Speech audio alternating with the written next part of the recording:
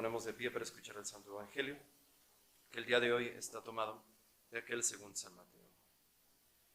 En aquel tiempo, habiendo bajado Jesús del monte, le siguieron grandes multitudes, y he aquí que un leproso, acercándose, le adoró, diciendo: Señor, si quieres, puedes limpiarme. Y Jesús extendió su mano, le tocó y dijo: Quiero, sé limpio. Y al punto se limpió su lepra. Y le dijo Jesús: Mira, no se lo digas a nadie, antes vete y muéstrate al sacerdote, y ofrece tu sacrificio, el que estableció Moisés, para testimonio ante ellos. Y habiendo entrado en Cafarnaúm, se acercó a él un centurión, rogándole, diciéndole: Señor, mi siervo yace en casa paralítico, y es muy atormentado. Y le dijo Jesús: Iré yo y le curaré. Y respondiendo el centurión dijo: Señor, yo no soy digno de que entres bajo mi techo. Di solo una palabra y sanará a mi siervo. Porque también yo soy un hombre constituido bajo potestad, que tengo soldados a mis órdenes. Y le digo a este: vete y va, y a otro: ven y viene. Y a mi siervo: haz esto, y lo hace. Al oírle Jesús se admiró y dijo a los que le seguían: En verdad os digo, no he hallado una fe tan grande en Israel. Y también os digo que vendrán muchos de oriente y de occidente, y se sentarán con Abraham e Isaac y Jacob en el reino de los cielos. Mas los hijos del reino serán arrojados en las tinieblas exteriores. Allí será el llanto y el crujir de dientes. Y dijo Jesús al centurión: Vete, y como has querido te suceda. Y sanó su siervo en aquel instante. Pueden sentarse.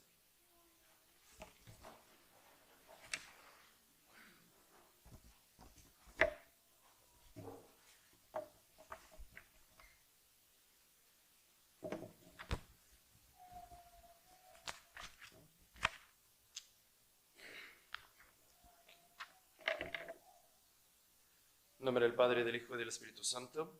Amén. Antes de empezar con el sermón propiamente dicho, la epístola del día de hoy, no quise profundizar en el sermón, pero aquello de dale a tu enemigo de comer, dale a tu enemigo de beber, siempre me recuerda un poquito a la relación de esposos que llevan mucho tiempo casados. En particular, hay algunas señoras que se quejan: mi marido es malo y tal. Dice: bueno, combate el mal con bien. Pero bueno, el día de hoy, propiamente ya en el sermón,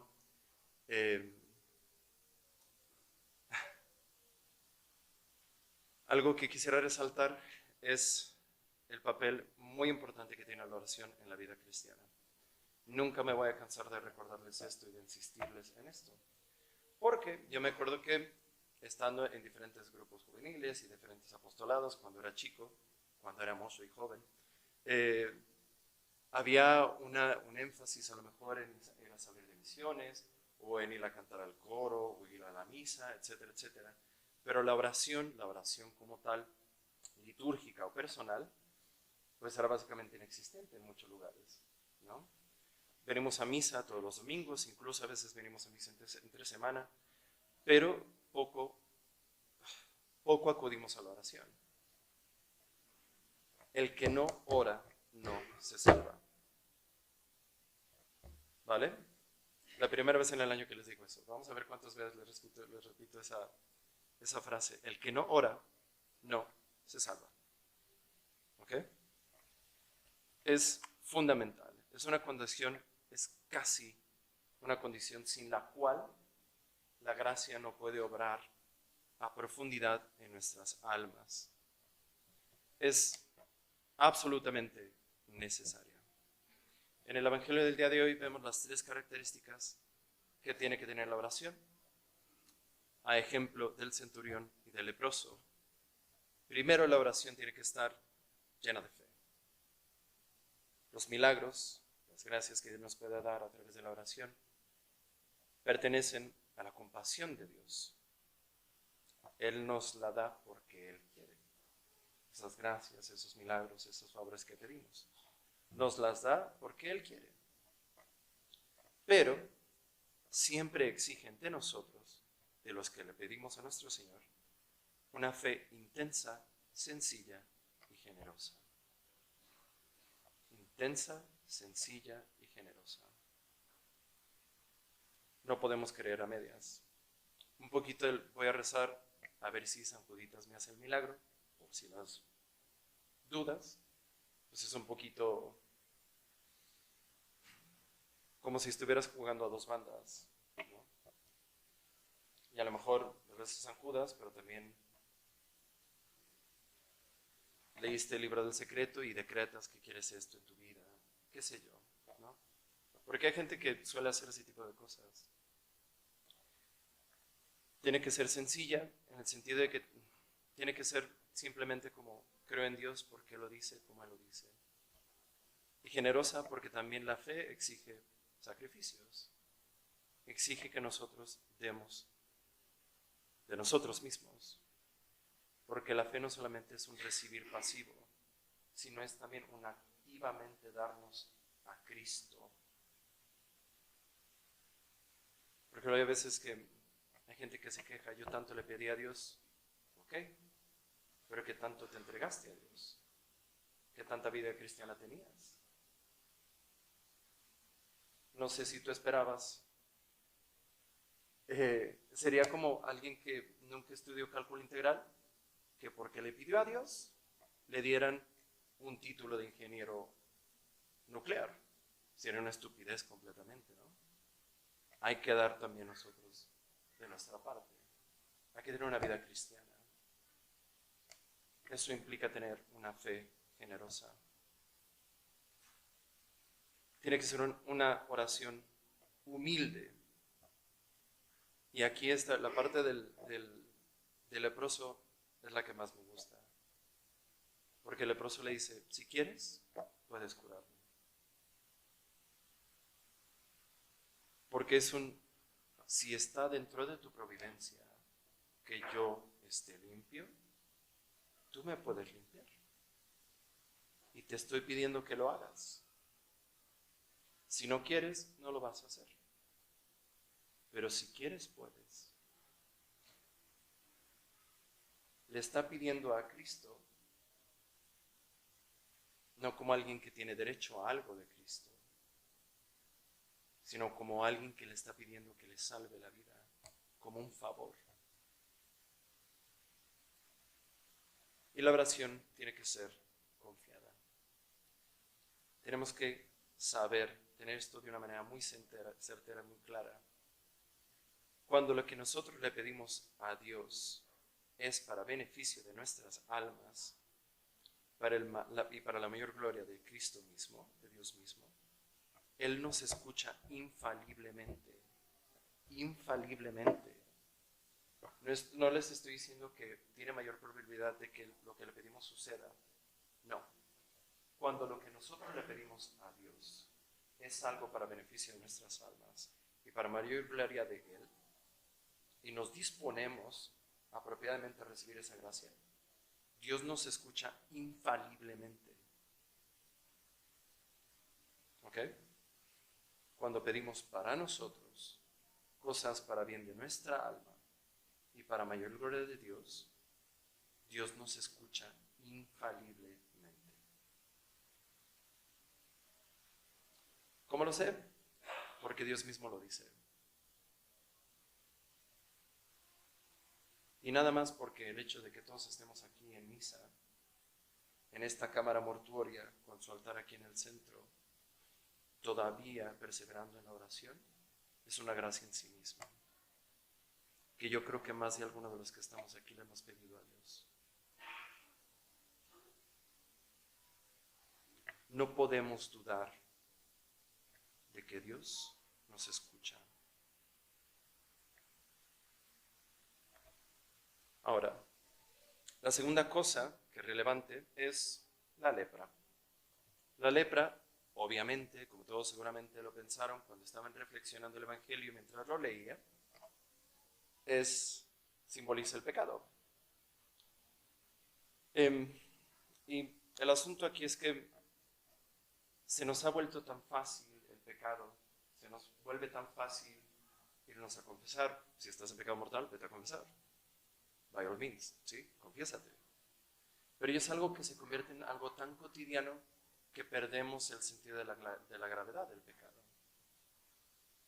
No me acuerdo quién lo comentaba el otro día que, por ejemplo, antes las penitencias por alguien que cometía un pecado de fornicación una sola vez, las penitencias llegaban a durar hasta 20 años antes de que les pudieran dar la absolución. Era un poquito como para que uno se diera cuenta de lo que había hecho, que no es poca cosa. Y eso es un pecado mortal. Y tampoco es el más grave de los pecados mortales. Pero ya se nos ha hecho tan fácil que uno dice, bueno, mañana va a ir el padre Javier a confesar y me va a dejar mi angelito de la guarda, pues deja peco ahorita. Total. Perdemos la gravedad del pecado. La lepra, a mí me gusta más, la lepra yo creo que era como lo más asqueroso que tenía en aquel tiempo.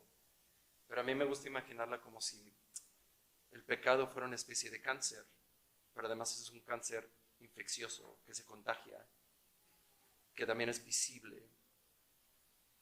¿Alguna vez han hablado con alguien con cáncer de estómago o con cáncer de pulmón?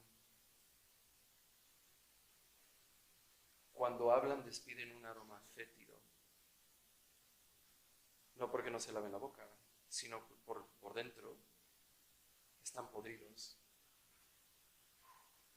Así me imagino esto del Evangelio. Y este pecado, tenemos que recordar que a través del pecado perdemos la gracia, perdemos el favor de Dios, perdemos la vida eterna. Una vez cometiendo pecado mortal, nos hemos ganado la condenación eterna. Esto no lo podemos olvidar. Nos priva de la compañía de Dios y de los santos.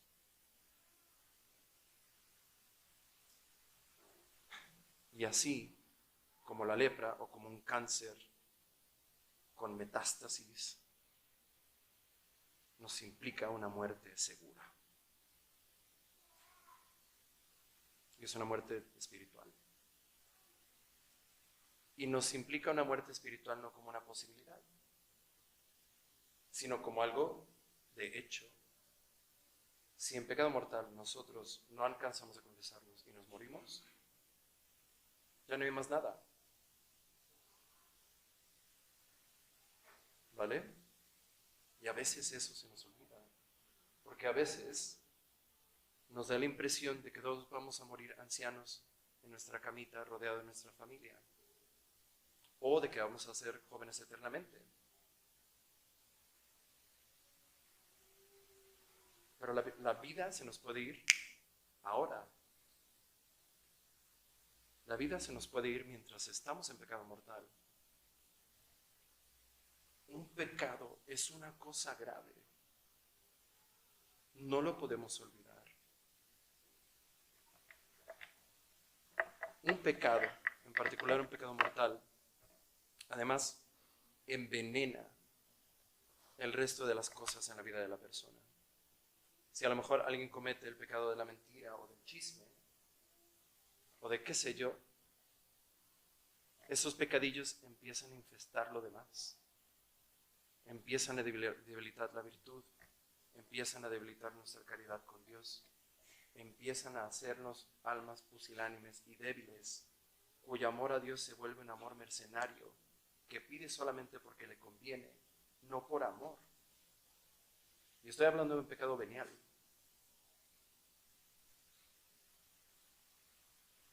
El pecado es una enfermedad infecciosa y mortal. Y además, como es infecciosa, típicamente también vamos a enseñar a infectar a los demás. Piensen en un grupo de personas, no voy a decir señoras porque eso es un poco misógino, que son chismosos, ¿vale? Pero a lo mejor 2 o 3 de ellas son tranquilitas y quieren amar a Dios sobre todas las cosas. Pero hay 1 o 2 de ellas que les encanta el chisme. Sí, dímelo todo y exagera, ¿no? Y solamente falta que una de ellas empiece a platicar basura para que las demás tengan la tentación de, ay no, a ver, ¿cómo se llamaba? Para pedir por él, ¿no? Y se las lleva de cola. El pecado es una enfermedad infecciosa. O imagínense ustedes a alguien, a unos jóvenes, adolescentes, de secundario, de prepa, y uno de ellos tiene acceso a internet en su teléfono.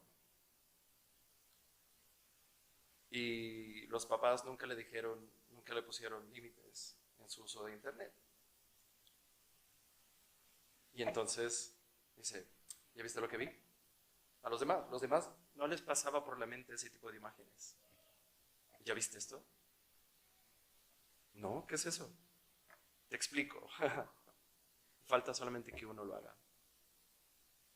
El pecado es una enfermedad infecciosa y mortal. Y son cosas que nosotros también podemos tender a hacer. Infestar a los demás con nuestros propios vicios. Yo me acuerdo que alguna vez teníamos un grupo de amigos que todos fumábamos. Y uno de ellos un día decidió dejar de fumar. ¿Por qué? Pues por lo que haya sido. Y el resto, ay, ¿a poco ya no vas a fumar? ¿Ya no vas a fumar? ¿Por qué no? Ay, mira, traigo hasta de los que te gustan. Ándale, fúmate uno. Sin ninguna necesidad de nosotros de que él fumara. ¿No te vas a tomar una? No, no quiero. Tómate una. Una no es ninguna, entonces una. Ándale ya. Y es algo que hacemos de una manera tan cotidiana. Porque ese vicio, ese cáncer infeccioso, hay veces que lo tenemos muy de raíz. Y no se nos puede olvidar. Y hay veces que el conocimiento de esta infección que tenemos nos puede hacer sentir desesperación. Hay veces que personas conocen que tienen una enfermedad, que tienen ese pecado, saben que tienen que salir, pero les cuesta trabajo. ¿Cómo nos podemos curar de este cáncer infeccioso y mortal? Lo primero que tenemos que hacer es tener un deseo firme de salir de esa enfermedad. El leproso tiene un deseo enorme de dejar de ser leproso. Nosotros necesitamos tener un deseo más grande que el del leproso para curarnos. Porque hay algo cierto. Cuando la gente viciosa dice yo lo dejo cuando quiera, pues sí es cierto. El problema es que no quieren, porque les gusta su pecado. Y también algunos de nosotros tenemos un vicio, un pecado, que cuando queramos dejarlo, lo dejamos, pero no queremos. El primer requisito para dejar un pecado es querer dejarlo. Y tener un firme propósito de vencerlo. Y tener el firme propósito de dejar ese pecado a toda costa. Y ese a toda costa también implica que no nos va a importar lo que las demás personas digan. Porque también muchos pecados los ponen de frente las personas con las que nos rodeamos. Y tenemos que ser un poco como el centurión. El centurión no era cualquier cosa. Era, por así decir, el alcalde del lugar. Alguien con mucha autoridad. No le importó y va y se postra ante un Galileo. No le importa. Hace lo que tiene que hacer. Y así nosotros también tenemos que ser. Pero también tenemos que abandonarnos con humildad a la divina providencia. Porque la mayoría de las veces la curación de nuestras faltas no se da de la noche a la mañana. No es como San Pablo, que simplemente se cayó del caballo, dijo, está bien, ya creo. La divina providencia también nos va a ir purificando de a poco. Tenemos que tener paciencia con nosotros mismos también.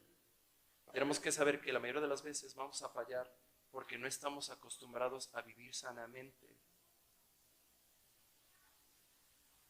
Y Dios nos infunde la gracia necesaria para que con el tiempo nuestra fe y nuestra virtud sea sólida. Siempre y cuando tenemos el firme propósito de dejar de pecar y tengamos perseverancia en nuestra oración. Entonces, pidamos a Dios ver nosotros los pecados por lo que verdaderamente son. Agradezcamos a Dios el don de la confesión, pero agradezcamos no como alguien que paga por un servicio. Agradezcamos como alguien a quien le han salvado la vida. Que Dios los bendiga y nuestro Señor los guarde en la vida eterna. En nombre del Padre, del Hijo y del Espíritu Santo.